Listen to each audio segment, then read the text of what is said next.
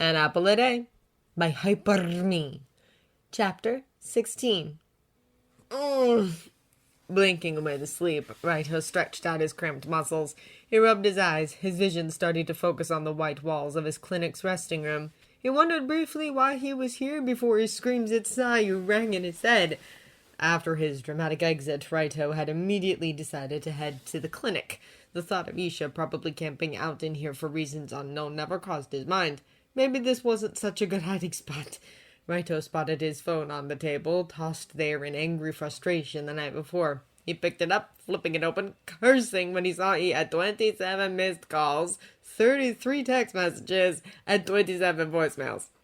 Father, work. Raito! Where are you? Your sister gone saying you had left the house. Don't make me leave work to come and get you, because I will, and you know it. Call your mother right away and tell her you're safe and coming home right now. Do you hear me? Right now! Sayu. Sal. I didn't mean to get you so upset. Please come home. I'm really sorry. Dad's really mad and Mom is about to burst into tears. Please call. Home. Raito, this is your mother. Please call. Where are you? It's not safe at night. Please come home and let us know where you are. Please call soon. Fathers. Sal. Right home! It's been half an hour since I called. Why didn't you come back? I left work and I'm 20 seconds from strangling the nearest person. You know how unsafe it is for you to be alone with Eruchika Isha running loose. If you don't call within the next 2 minutes, I swear to God, you're as good as dead. Sayu Sal. Raito! Why didn't you tell me you were on the hit list of some criminal? Please come home. We're so worried. You can be dead and the last memory of you will be us fighting. Call me, please, Raito. Home. Raito, your father told us about Isha-san. How you're next on his list and Raito, please. Don't make me worry so much. Please call. You've been gone for 2 hours. Surely you must have blown off some steam enough to call us back. Your father is half empty to bring in a search team. Please don't do this. Father. So. Right home. I'm outside your clinic, and I see your car in the parking lot. I know you're in there. Open the door. I know you can hear me. Keeping the door locked and the lights off won't stop me. Open this door. With a wave of cold anxiety washing over him, Raito deleted all of his messages, the majority of them unheard and on the red. He pressed the speed dial for his house and held it up to his ear.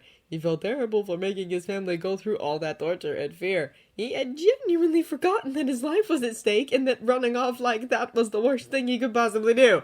His mind was on Al and how to rid his mind of him. His brain was in such a frenzy that his energy had quickly depleted and he was near empty when he arrived at the clinic.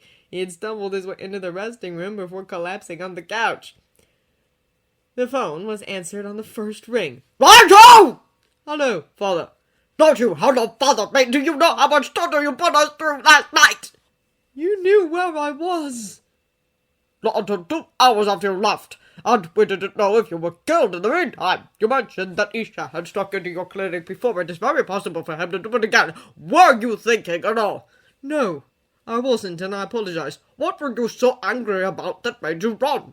His father asked, softer. He was still angry, of course, but Raito could tell he was trying to control himself. Sayu had said you two had an argument. He felt his heart stop. Did Sayu tell their parents about Al? No, if that were the case, his father wouldn't ask about why he was so angry. Sayu had gotten another lie from Misa, and I was so fed up with the both of them ganging up on me. I left. As soon as I got here, I fell asleep and never heard my phone ringing or you pounding on the front door. It had been a long day at work. No, left them, right? Not harmed it anyway. No, I'm completely fine. I really am sorry I made you worry so much. His father sighed. I was really hoping not to tell your mother and sister about Isha. I don't want them in as much stress as we're in right now. It'll all be over soon, Father. In 2 days, Isha-san will be caught, and we can return to a normal life. Except for me, Raito added in his thoughts.